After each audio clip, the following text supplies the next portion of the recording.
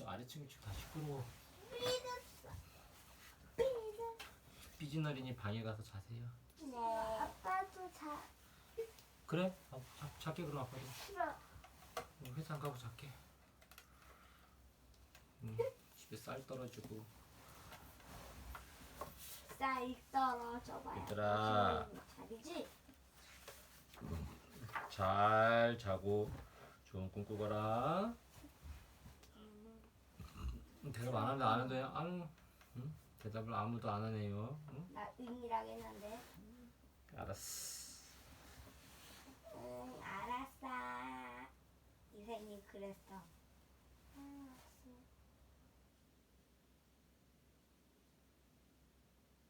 배나무, 쌍떡잎 식물, 장미목, 장미과. 맛이 좋아서 배를 신의 선물이라고 함.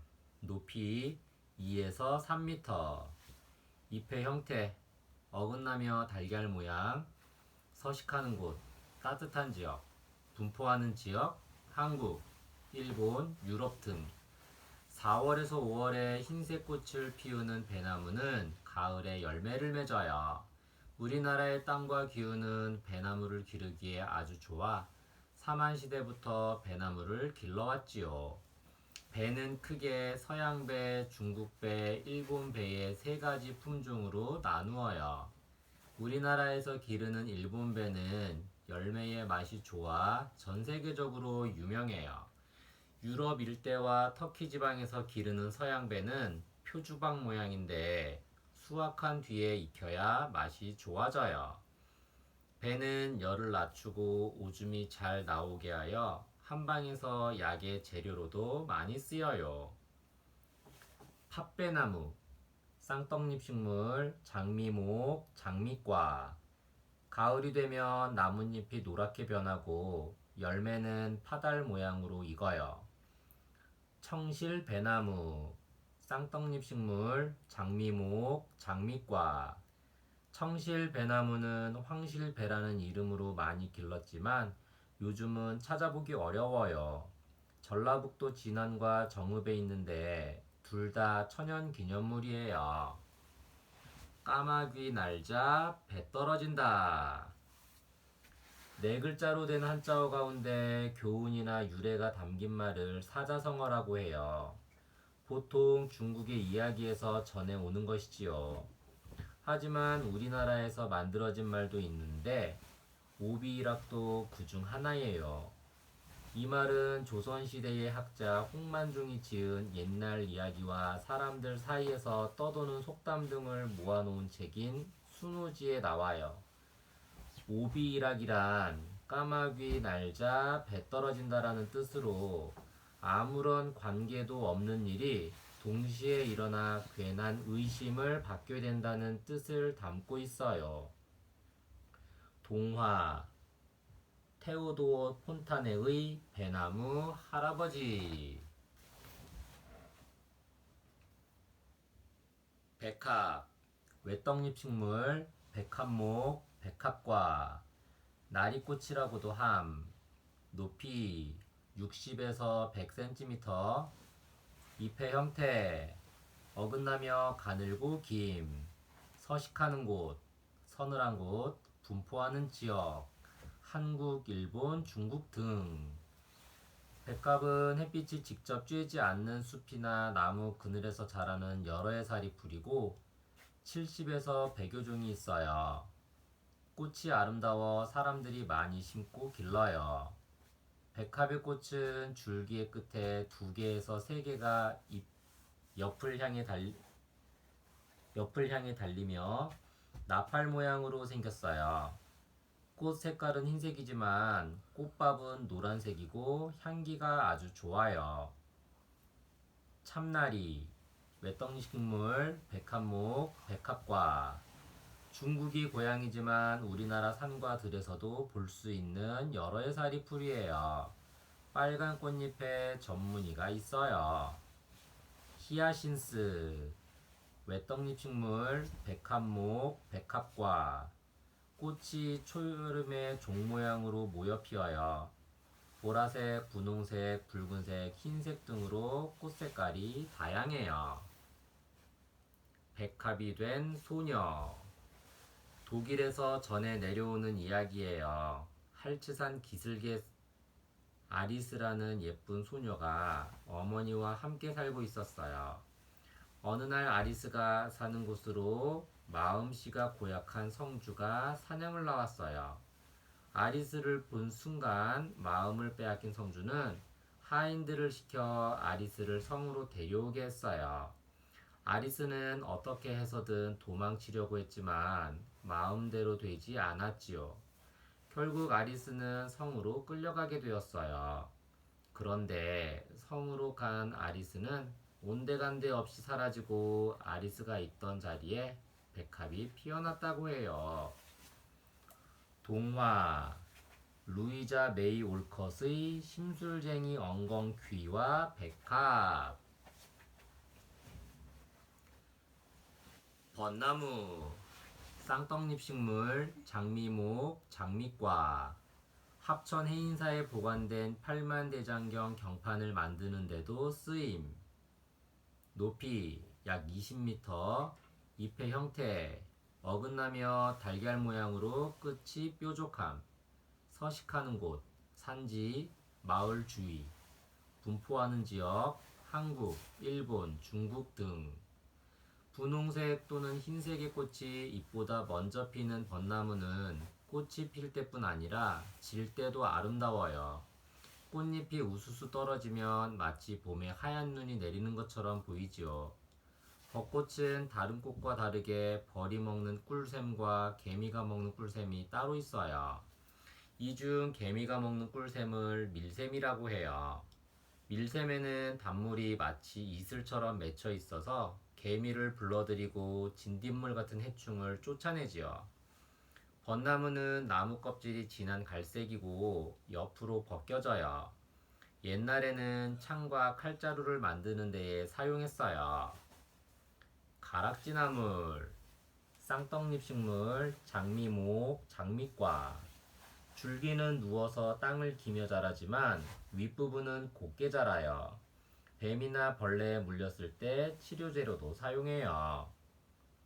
벗지, 쌍떡잎 식물, 장미목, 장미과.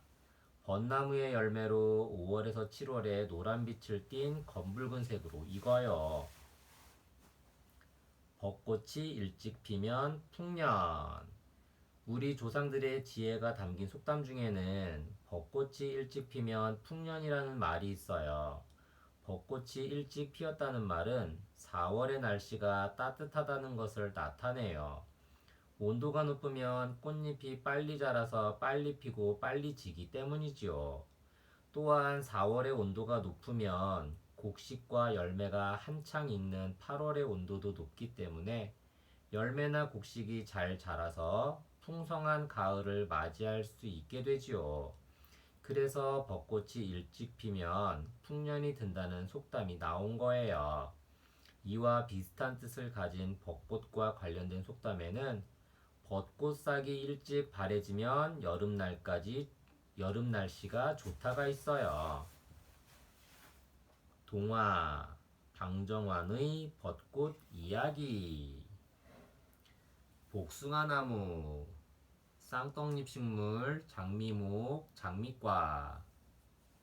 심고 나서 3년 후에 열매를 딸 수 있음.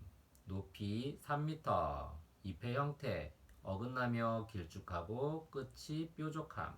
서식하는 곳 산도가 낮은 땅. 분포하는 지역 한국, 중국 등.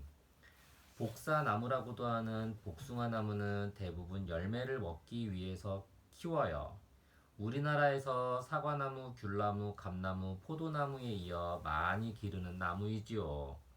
흰색 또는 분홍색의 꽃이 피고 여름에 열매를 맺는데 맛이나 색깔, 생김새에 따라 백도, 황도, 천도 등 여러 종류로 나누어요.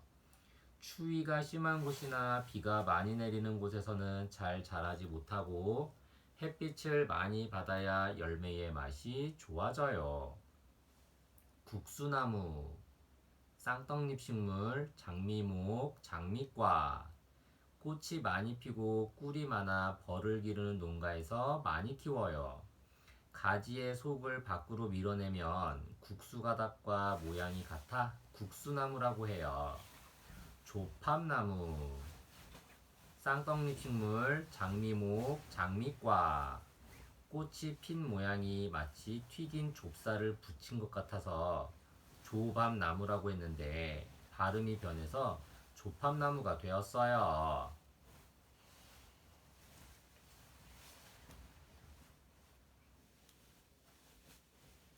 귀신을 쫓는 복숭아나무. 옛날 사람들은 집안 곳곳에 귀신이 있다고 믿었어요. 잠자는 방이나 음식을 만드는 부엌, 볼일을 보는 화장실에도 귀신이 있다고 믿었지요. 그래서 집안 곳곳에 귀신이 무서워한다는 부적을 붙여놓았는데 부적만큼이나 효과가 좋다고 믿은 것이 바로 복숭아나무예요.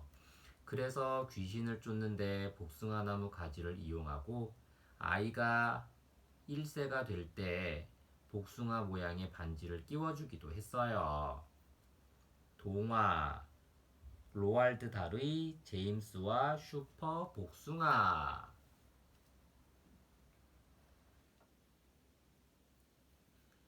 봉선화 봉숭아 쌍떡잎 식물 무한자 나무목 봉선화과 꽃과 잎으로 손톱에 물을 들일 수 있음.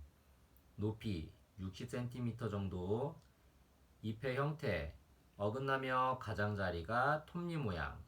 서식하는 곳 햇볕이 잘 드는 곳. 습지 분포하는 지역 한국, 중국, 말레이시아 등. 봉선화는 우리 주변에서 쉽게 볼 수 있는 꽃으로 햇빛이 드는 곳이면 어디에서든지 잘 자라요. 봉선화는 꽃밭이나 길가에 심어 기르며 7월에서 9월에 붉은색, 보라색, 흰색 등의 꽃을 피우는 한해살이 풀이에요. 오랜 옛날부터 꽃과 잎을 손톱에 물을 들이는 데 사용해 왔어요. 꽃과 잎을 즙이 나오도록 빻고 백반이라는 물질을 함께 넣어서 재료를 만드는데 백반 대신 팽이밥을 쓰기도 해요. 물봉선, 쌍떡잎 식물, 무한자나무목, 봉선학과.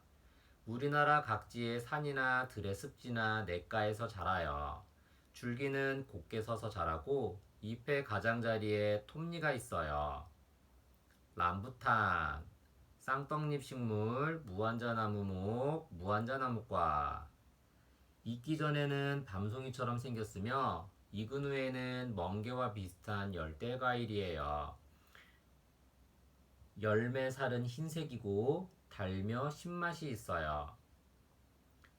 궁궐에 봉선화를 심은 충선왕. 고려시대의 충선왕이 몽골의 수도에서 살던 때의 이야기예요. 하루는 왕이 꿈을 꾸었는데 꿈속에서 자신을 위해 가야금을 타는 한 소녀의 손가락에서 피가 나고 있었어요. 다음날 충선왕은 궁궐 안에 있는 궁녀를 모두 살펴보았어요. 마침내 봉선화 물을 들이느라 손가락을 하얀 헝겊으로 싸맨 소녀를 발견했죠. 아버지가 충선왕을 지지한다는 이유로 끌려온 고려의 소녀였어요. 소녀는 왕이 고려로 무사히 돌아갈 것을 바라는 마음으로 가야금을 연주했어요. 이 이야기에 왕은 깊은 감명을 받아 고려로 돌아간 뒤 그 소녀를 찾았지만 이미 죽은 뒤였어요. 왕은 그 소녀를 기리기 위해 궁궐에 봉선화를 심게 했어요. 동화 전향숙의 안녕 봉숭아 아기야.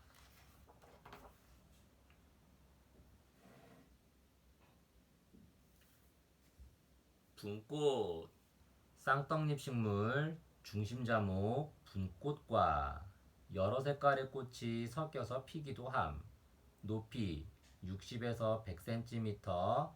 잎의 형태 마주나며 끝이 뾰족한 달걀 모양. 서식하는 곳, 꽃밭이나 길가, 분포하는 지역, 한국, 남아메리카 등. 분꽃은 남아메리카 지역에서는 여러 해살이 풀로 자라지만 우리나라에서는 한 해살이 풀로 자라요. 4월에서 9월에 붉은색, 노란색, 흰색 등의 꽃이 피는데 저녁에 피었다가 아침에 져요. 이런 특징 때문에 시계가 없었던 시절에는 분꽃이 피는 것을 보고 저녁 식사 준비를 했다고 해요. 분꽃의 꽃잎은 남색 물감을 만드는 데 사용되었고 검은 씨앗 속의 하얀 가루는 화장품으로 이용되는 등 유용하게 사용되었어요. 부겐빌리아 쌍떡잎 식물 중심자목 분꽃과 남아메리카가 고향이에요. 꽃 속에 꽃이 핀 듯한 화려한 꽃으로 4월부터 11월까지 꽃을 볼 수 있어요. 비트 쌍떡잎 식물 중심자목 명아죽과 길쭉하고 둥근 잎이 뿌리에서 모여나요. 어린 잎은 샐러드로 이용하고 자라면 조리를 해서 먹어요. 칼에서 핀 분꽃 폴란드에서 전해 내려오는 이야기예요. 어여쁜 소녀 미나바리스는 성주의 딸로 아버지의 뜻을 받아들여 남자 흉내를 내며 무사로 자랐어요. 그러던 어느 날 미나바리스는 한 청년을 사랑하게 되었어요. 그래서 자신이 여자라는 사실을 밝히고 싶었지만 아버지는 끝내 허락하지 않았지요. 미나바리스는 자신이 여자로 살았으면 이런 일은 없었을 거라며 슬퍼하며 자신의 칼을 땅에 꽂고 멀리 떠났어요. 그러자 얼마 뒤 칼에서 꽃이 피어났어요. 밤에만 꽃을 피웠다가 아침이 되면 지는 이 꽃이 바로 분꽃이에요. 동시집 이혜인 수녀의 엄마와 분꽃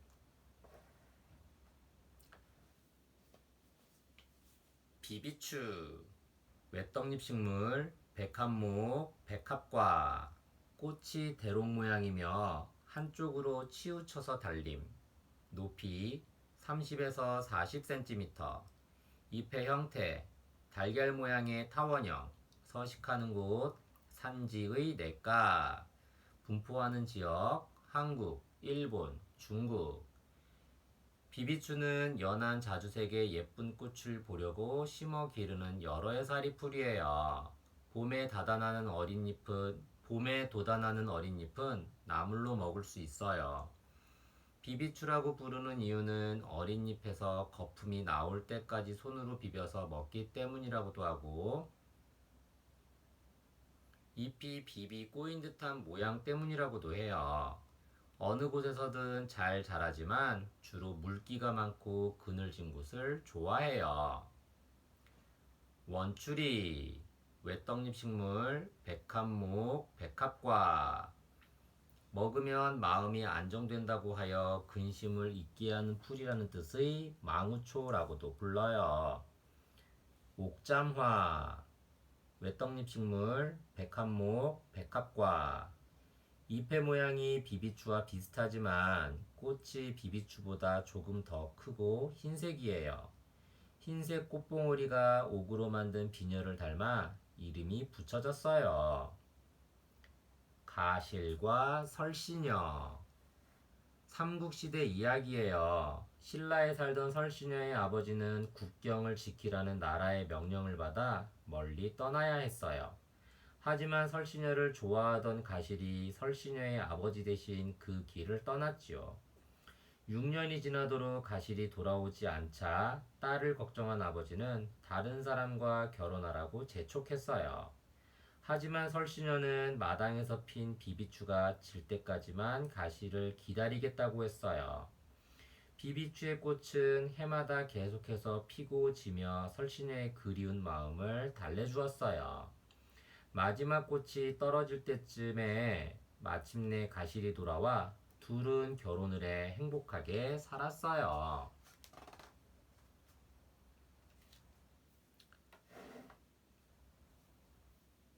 뽕나무, 쌍떡잎 식물, 쐐기풀목, 뽕나무과. 누에는 뽕나무의 잎을 갉아먹고 자람.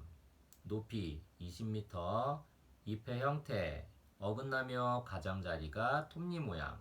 서식하는 곳, 산기슭, 분포하는 지역, 한국, 일본 등. 뽕나무는 어느 것이나 하나 버릴 것이 없는 큰 키나무예요. 뽕잎이라 부르는 이파리는 누에가 먹고 뿌리는 약으로 쓰며 나무 껍질은 노란색 염료로 사용하지요. 또한 뽕나무 나무 껍질로 종이를 만들기도 해 다른 나무들과 쓰임새를 비교할 수 없을 정도예요. 뽕나무에서 빼놓을 수 없는 것이 바로 열매예요. 뽕나무의 열매인 오디는 6월에 익는데 많이 먹으면 소화가 잘 되어 방귀가 뿡뿡 나오기 때문에 뽕나무로 불렀다고 해요. 방귀가 뽕뽕 나오기 때문에 뽕나무로 불렀다고 해요. 산뽕나무, 쌍떡잎 식물, 쐐기풀목, 뽕나무과. 산이나 논, 밭둑에서 자라요. 둥글고 길쭉한 열매는 붉은색을 띄었다가 검은 빛이 나는 붉은색으로 익어요. 보리수, 쌍떡잎 식물, 쐐기풀목, 뽕나무과. 인도가 고향인 나무예요. 석가모니가 보리수 밑에서 도를 깨달았다고 하여 인도에서는 매우 신성한 나무로 여겨요. 말을 조심하라. 한 청년이 뽕나무 밑에서 쉬고 있었어요. 청년은 아버지의 병을 고치기 위해 거북을 잡아 집으로 돌아가는 길이었지요. 그런데 갑자기 거북이 뽕나무에게 나는 장작불로 끓여도 죽지 않아 라고 말했어요. 이에 질세라 뽕나무는 나를 베어 만든 장작으로 불을 지피면 죽을 거야 라고 했지요. 청년은 집으로 돌아와 거북을 물에 넣고 끓였지만 거북의 말대로 죽지 않았어요. 순간 뽕나무의 말이 생각나 뽕나무를 베어 불을 지펴 끓이자 뽕나무의 말대로 거북이 죽었어요. 이 이야기는 무슨 일에든 너무 자만하지 말고 말을 함부로 하지 말라는 교훈을 담고 있어요. 전래동화 나무 타령.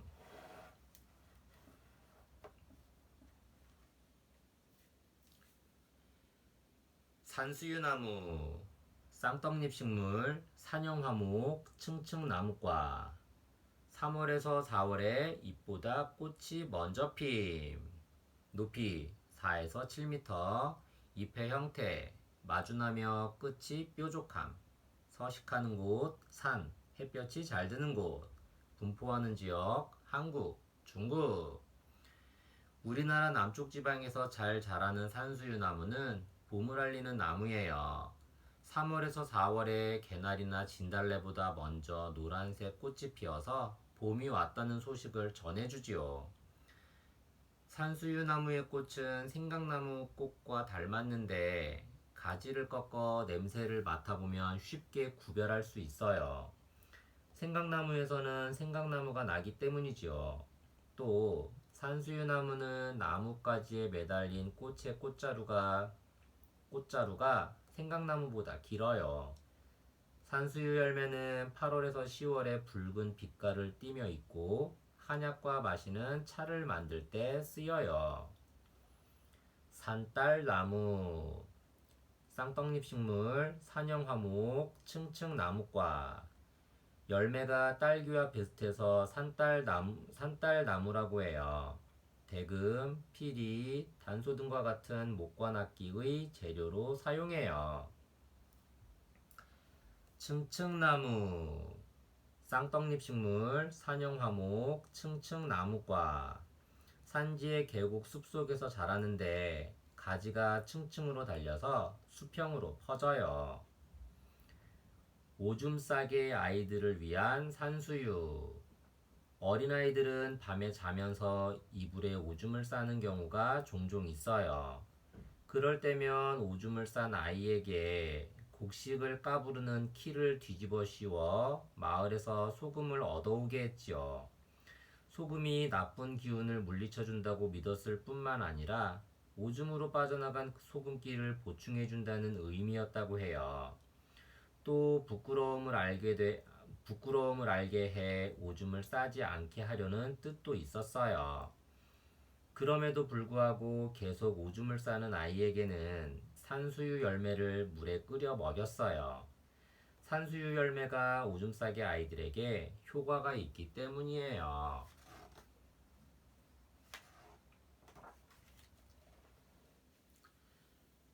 살구나무, 쌍떡잎 식물, 장미목, 장미과, 과일나무로 널리 심음, 높이 5m, 잎의 형태, 어긋나며 넓은 달걀 모양, 서식하는 곳, 햇볕이 잘 드는 곳, 분포하는 지역, 한국, 일본, 중국, 미국 등.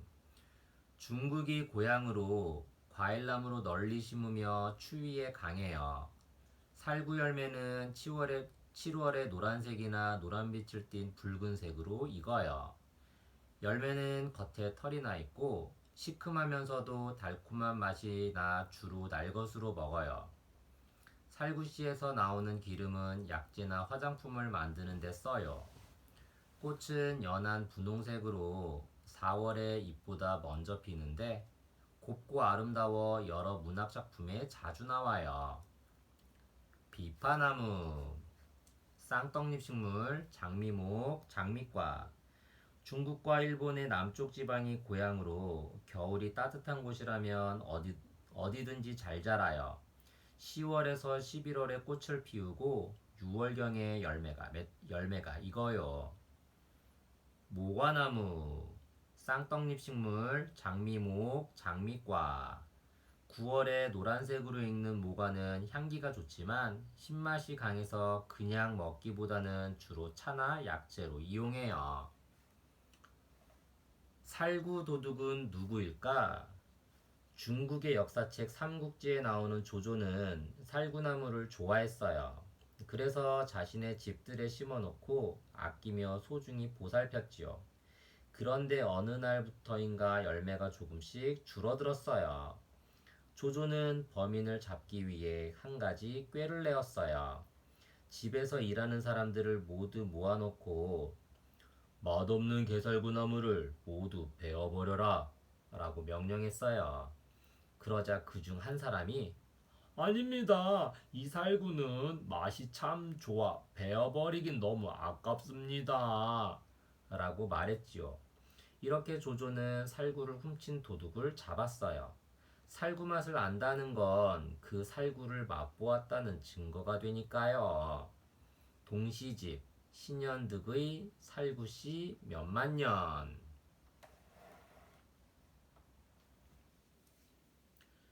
상추, 쌍떡잎 식물, 초록꽃목, 국화과, 채소로 널리 길러 먹음.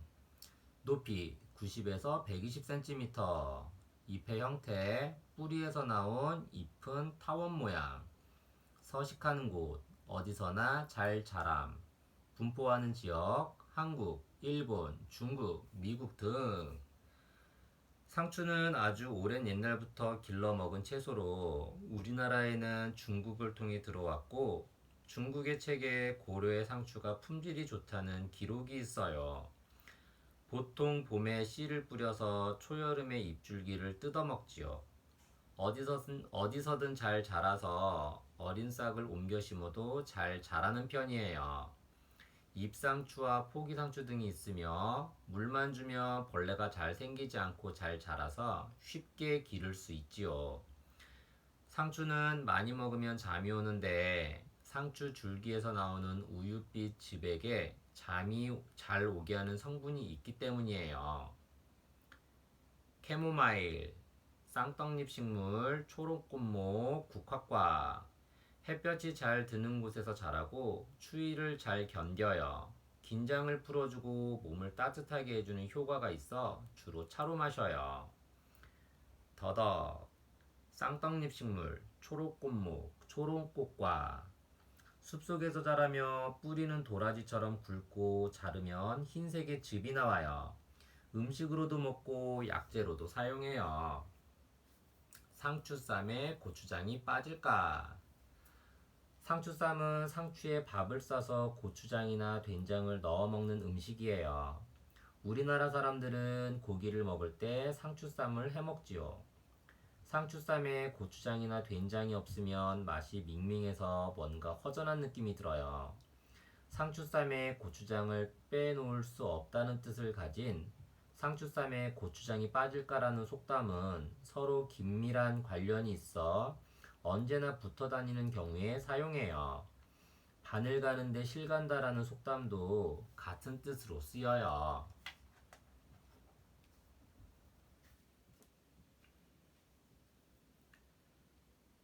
석류나무, 쌍떡잎 식물, 도금양목, 석류나무과 짧은 가지 끝이 가시로 변함.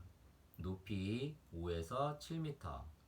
잎의 형태 마주나며 긴 달걀을 거꾸로 세운 모양. 서식하는 곳, 따뜻한 곳. 분포하는 지역, 한국, 이란, 아프가니스탄 등.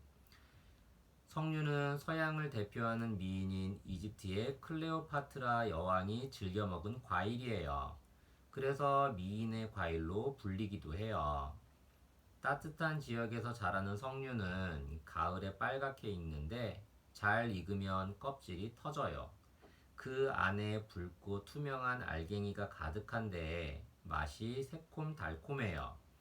열매 안에 든 많은 씨앗이 아이를 많이 낳는 것을 상징한다고 여겨 옛날 결혼식에서 신부가 입는 옷에 석류 무늬를 많이 그렸어요. 배롱나무, 쌍떡잎 식물, 도금양목, 부처꽃과 나무 껍질을 문지르면 잎이 움직인다고 해서 간지럼나무라고도 해요. 부산 진구 양정동에 있는 배롱나무는 천연기념물 제168호로 지정되었어요. 유칼립투스, 쌍떡잎 식물, 도금양목, 도금양과. 유칼립투스의 나뭇잎은 코알라가 즐겨 먹어요. 높이가 100m 이상 되는 것도 있어요. 석류를 먹은 페르세포네의 운명. 그리스 신화에 등장하는 지하 세계의 신인 하데스는 땅의 신인 데메테르의 딸인 페르세포네를 사랑해 그녀를 납치했어요. 이 사실을 알게 된 데메테르는 매우 화를 내며 땅을 가물게 만들었어요. 땅에서는 더 이상 싹이 돋지 않았고 열매는 익기도 전에 떨어졌어요. 이를 두고 볼 수 없었던 제우스는 하데스에게 딸을 돌려보내라고 했죠. 페르세포네는 돌아오면서 하데스가 준 석류 열매를 4개 먹었어요. 지하 세계의 음식을 먹으면 땅 위로 올라갈 수 없다는 사실을 알지 못했기 때문에 페르세포네는 결국 하데스의 아내가 되고 말았어요. 하지만 제우스의 도움으로 1년 중 먹은 석류 개수에 해당하는 4개월만 지하 세계에 있게 되었는데 이 기간에는 데메테르의 분노가 땅에 생기가 사라져 이 기간에는 데메테르의 분노로 땅에 생기가 사라져 곡식이 자라지 않는다고 해요. 그리스 신화 하데스와 페르세포네. 소리끼 이끼식물 선유 소리끼과. 소나무를 닮아 소리끼라고 부름. 높이 5에서 10cm. 잎의 형태 비늘 조각 모양. 서식하는 곳 산지의 습지. 분포하는 지역 한국, 중국, 일본 등. 소리끼의 뿌리는 물과 양분을 흡수하지 못하는 헛뿌리예요. 그래서 물이나 양분을 이동시키는 통로인 물관이나 체관도 발달해 있지 않아요. 그 대신 몸속에 엽록체가 있어 햇빛을 받아 영양분을 얻지요. 스스로 영양분을 만들어내서 자라는 소리끼는 번식을 위해서 물기가 있는 곳에서 살아야 해요. 암수가 따로 자라서 수구루에서 만들어진 정자가 물을 통해 헤엄을 치거나 빗물에 튀어서 암구루의 난자에게 가야 하기 때문이지요. 수정이 이루어진 뒤에 포자가 들어있는 주머니가 암구루 끝에 긴 자루처럼 달려 자라요. 구르는 돌은 이끼가 끼지 않는다. 구르는 돌은 이끼가 끼지 않는다라는 속담이 있어요. 이 속담에서 이끼는 두 가지를 뜻해요. 먼저 이끼를 부와 명예와 같은 좋은 뜻으로 보는 사람들은 구르는 돌처럼 여기저기 돌아다니지 말고 한 우물을 파야 성공할 수 있다라는 뜻으로 풀이해요. 반면 이끼를 낡은 습관이나 버려야 할 태도 등 나쁜 뜻으로 보는 사람들은 현재 상황에 만족하지 말고 끊임없이 움직이고 노력하면 성공할 수 있다라고 풀이하지요.